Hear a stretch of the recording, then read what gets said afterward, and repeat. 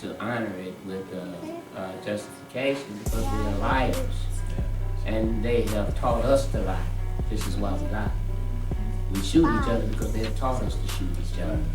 I mean, they stole us. How we gonna outsteal them? Get to the origin. That's right. Get to the origin, right? So for us to get in between the people, we have to get in between the people with a higher regard of knowledge than what they have and what they're operating on. So the horizontal is one way, but if we bring them up vertical and perpendicular and square them up with positive reinforcement of what we have gotten from the past, again, we have to bring it to the present. The knowledge itself is the greatest knowledge we can ever have. Because that knowledge itself equals the knowledge that is our creator. Elia Celestias, Jehovah God, Allah, whatever name you call him by. This is who we are. His seed, his offspring. So we have to get them to understand that we can count the number of seeds in an apple, but we can't count the number of apples in the seed. And we are all his seeds. So this family has many branches, but we only have one root. That root and that knowledge is what we got to go out in the community before them, like you and I do, put that gun down. Physically, we do that. But we can enhance them more by lifting them up to a higher degree of thinking. And that's where we have folk today. They can see all those great revolutionaries alive and well, but they may be out on the block doing something that's, against their best interests. See, this is where this come in at,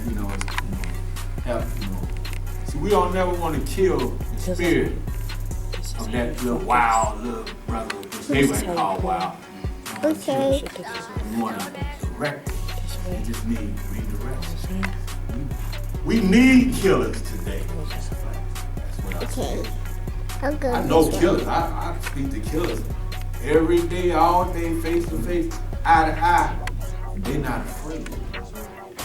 So I just wanted to. I'll go this way. Because we're talking about 10,000 feet.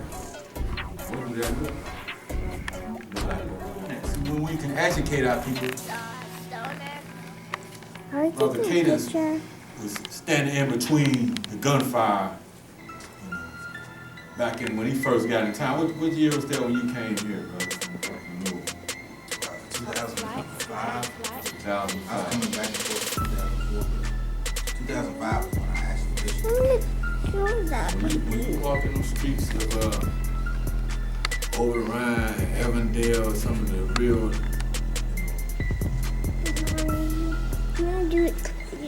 grassroots type of areas, real hostile areas, best believe that our brothers who out there who don't have a sense of consciousness, they're affected by the ones who have a sense of consciousness. And they're prepared to listen for real. They're prepared to put down or redirect. I gotta talk like this. Redirect Push the go button. weapons. No weapon's not designed to be pointed Why at do you your want brother. me to push the go button? It is by the enemy, but rightly understood, you don't shoot your brother. You got a real enemy out there who is more deserving of that bullet. I gotta talk like this today. You don't got no problem taking his young white killers and putting them into the United States military. So, I mean, we shouldn't be any different. The Chinese have their own private security force. Some brothers, they born to do what they do. But they just misdirected it, that's all. I done ministered to people who were 12-year-olds, who stand out there around the street and shoot their brother down. That's crazy. But it's what's even more crazy is that the programming that you talked about, That's what I'm talking that young people have access to. I used to do a prison ministry, it was a jail ministry doing juveniles. Diversion. So one of the programs was it dealt with relating hip hop to the criminal injustice system. But the things that our young people have access to that are programming them and getting them prepared for in prison. Right, exactly.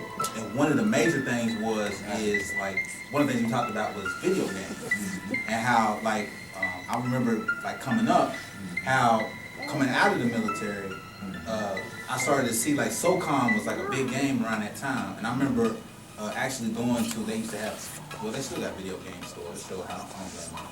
But you go to the video game store and you get the package, and on there it says used to train United States military, in regards to warfare, doing different particular drills, getting, a certain virtual sense of warfare. And as you see, like the actual terrain of warfare has actually changed. We talk about drones and these types of things where it's a video. You are disassociated to the actual battlefield. There always going to be people that have but I want to take a picture of them. But I'm saying that it is changing to a degree in regards to that application of warfare. Why are you recording? And so one of the things that we had talked about is how they are wiring young people for war. And when you had games like Grand Theft Auto, I can see. You get high and drunk, I can playing that see. game all night. I see. Before and after I came here. And my mom used to be absorbed around doing that. We used to, when I was younger, I used to play a game where me and my friends would, when people talk about shotguns, we didn't go ask about the damn car. The little kid games where, somebody, walking somewhere, you do random violent things. Get points for it. Yeah, exactly. And all those things are part of youth. You know what I'm saying? But I actually saw how, like, certain types of video games under the influence start to wire you for that. So when they started to come out with a lot of these military games, like, they got many more, you're dealing with military grade weapons. You're going through the different drills, the different protocols that are involved with modern warfare. They got a game called Modern Warfare, and so this is one form of programming where, when I seen like GTA, where it was taking it to an urban setting, where you killing your brothers, it's showing you how to run down on somebody and draw down somebody and do what you need to do. And so for people that may not necessarily have access to that by running the streets, they would get it in a suburban setting in the same way. That's why divine interventionists do. Because they're going to continue doing what they're doing, even do other things to maintain control of us, right? But divine intervention eventually will come in and stop that divine intervention through our endeavors, or however it comes, right? Now I say all of that to say that, not to just throw no spooky stuff out there, right? But because, Brother Gerald taught me something about military principles. That's where, if I'm any good at anything, is understanding some principles. There are the 9 principles of military warfare: principle, objective, offensive, maneuver, economy of force, mass. I can give you the rest of them, but I can stop there. The thing is, and then there's an organization called the United States Association of Organizations of International Development, where they go take countries. And when they go take a country, the principles that they use, the first few principles that they use is ownership. Who wants to take ownership? And then we'll help your capacity and we'll help your sustainability. There are principles being used. Now I say all of that to say that, what do we do, or what is going to be done to bring the youth to appreciate these principles? Because all this cockiness among the youth is good, but if they don't understand the principles and the processes that needs to be done, again, in this aspect of a nation that could be falling, or should be, or is falling, you follow what I'm saying? If they don't understand the principles, that's a problem. And my final point is this. Bobby Kirk talked about a council of elders. I've heard it spoken of a council of elders.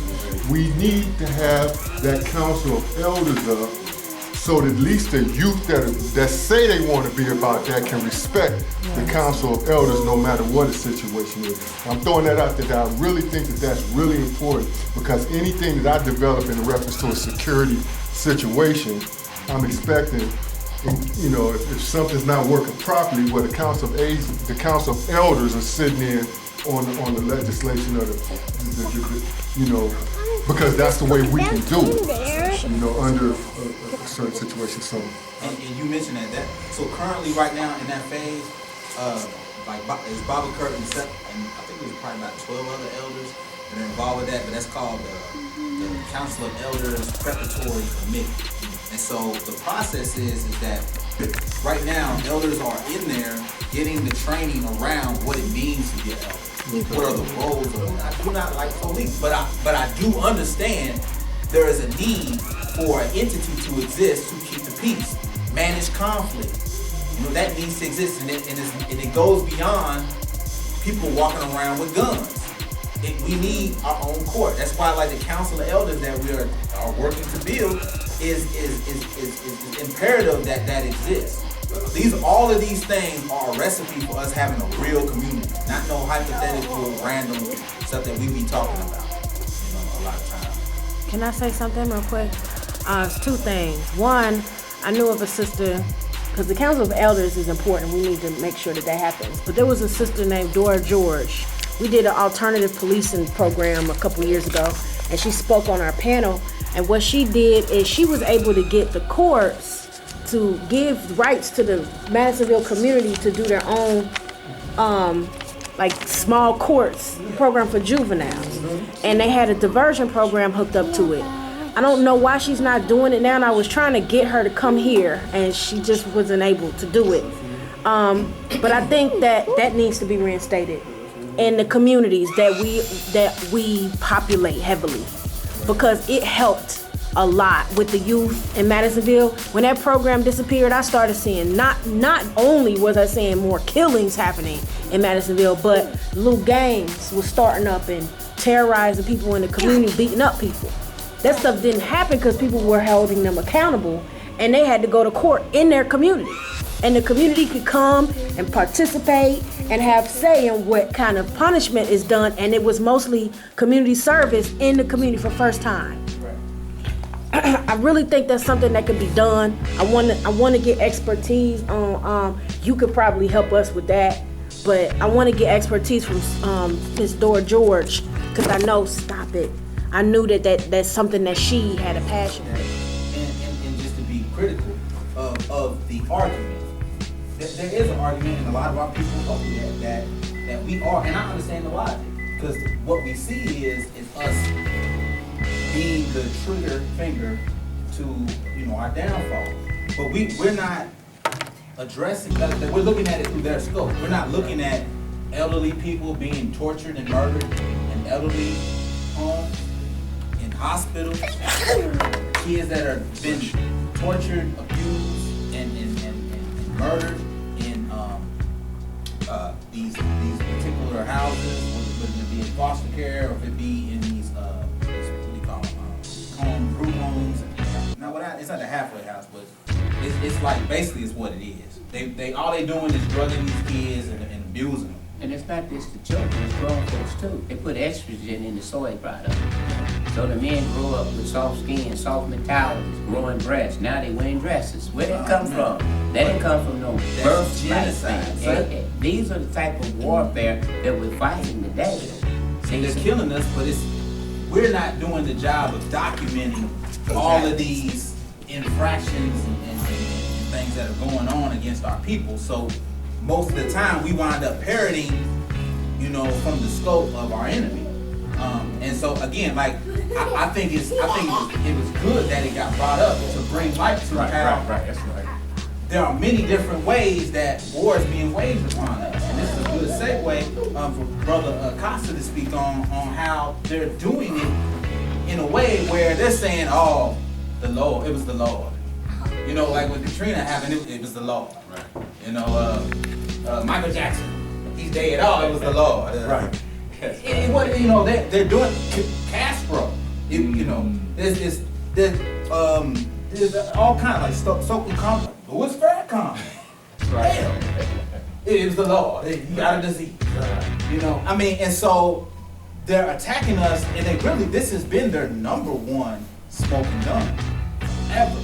They've always attacked us health-wise. When they came on these shores, they didn't start whooping ass and taking names. They came with their nasty, syphilis-infected smallpox bodies and was wiping out masses of people with disease alone. You know, and that through a different way. So, Brother Costa, could you speak about guerrilla what you call guerrilla warfare? Sure, definitely. Thank you. Guerrilla warfare is basically summed up kind of like all of what we're talking about, but on a health paradigm, more exclusively dealing with the internals and addressing the chemical warfare that's being waged against us through the GMOs, and like the brother was saying, the soy products, you know what I'm saying? So my particular strategy is to keep the plant-based paradigm open. You know, me myself struggling as a child with the misnomer sickle cell anemia, which I understand have a lot to do with the hematology in the blood.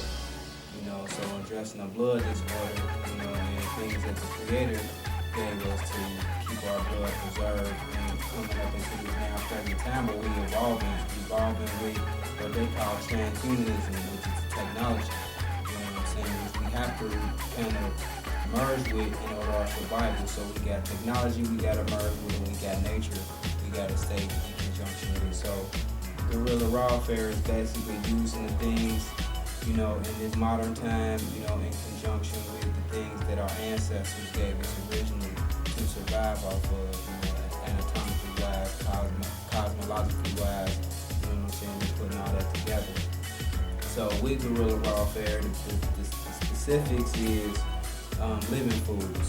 You know, living foods, the reason why it's living foods and vegan foods is because they don't require a lot of energy to prepare. You know what I'm saying? With most living foods, you can grow a lot of things, certain grains, even certain nuts and seeds, you can just germinate in water, and then you got food that is, you know, a high level of nutrition. So we take special equipment like processors and dryers and constitute a lot of nuts and seeds with water, process and break them down and give them a new body, you know what I'm saying, and package them up. And we've been doing that for like since 2000 in regards to a lot of the survival end of the world type of propaganda, you know what I'm saying? So in preparing for survival and then also addressing, you know, blood disorder and, you know, trying to give my blood more fortitude and preservation, we come up with a whole operation that, you know, not only that would, you know, it showed that they could survive, it just sustain us over a period of time. It also became, you know, a very lucrative enterprise at this particular point with veganism being one of the biggest food industries, you know what I'm saying? They're off foodism being at the top of that particular food chain. So that's what guerrilla warfare is all about. On the commercial level, being out of It seems like the discussion kind of took a turn, but it was good because that was the expertise that was in the room when we started talking about food and the food deserts, and basically, and I looked up the Marcus Garvey quote. I'm a huge disciple. It says, hungry men have no respect for law, authority, or human life. So basically, if you want to control the room, you got to control the food. Period. It's as powerful as our military is. If you can't feed it, then it'll turn on. Right? The same soldiers, right? Because you can't eat them rifles and the bullets. So it's definitely so much needed in the community. But what I did was yesterday I took a trip. Well, I was downtown anyway. I had to go to court for a whole different story. So anyway, I'm in court. So I decided to go and work on some research I had been doing leading up to this. In Ohio, we have one of the most liberal states and lenient states when it comes to restoring gun rights. I'm sure we all understand, we don't even need to say that in any movement it's got to be a military arm to it. Because we can see, we can organize, and we can put our economics together and build and obtain things. But if we don't have the power, the military power to back it up, somebody will take it away. They sit back and watch us build it. Police show is working hard to build. I can't wait till they get done. Can't wait till they get finished. So we can just walk over there and That's to the point where you got to go hard. Right. I'm gonna say in relation to Robert F. Williams, that one of the legal loopholes that he actually used he gave an application to the NRA and he formed a gun club, and he called it a Black Armed Guard. Now, that is similar to what NatiRBG is trying to do. Police dropping niggas like mixtapes. Left lil' homie leaking like a sex tape. This the type of shit that we see every day. About your money, bitch, we on the same thing. CNN just did them a flight by. Think they give a fuck about a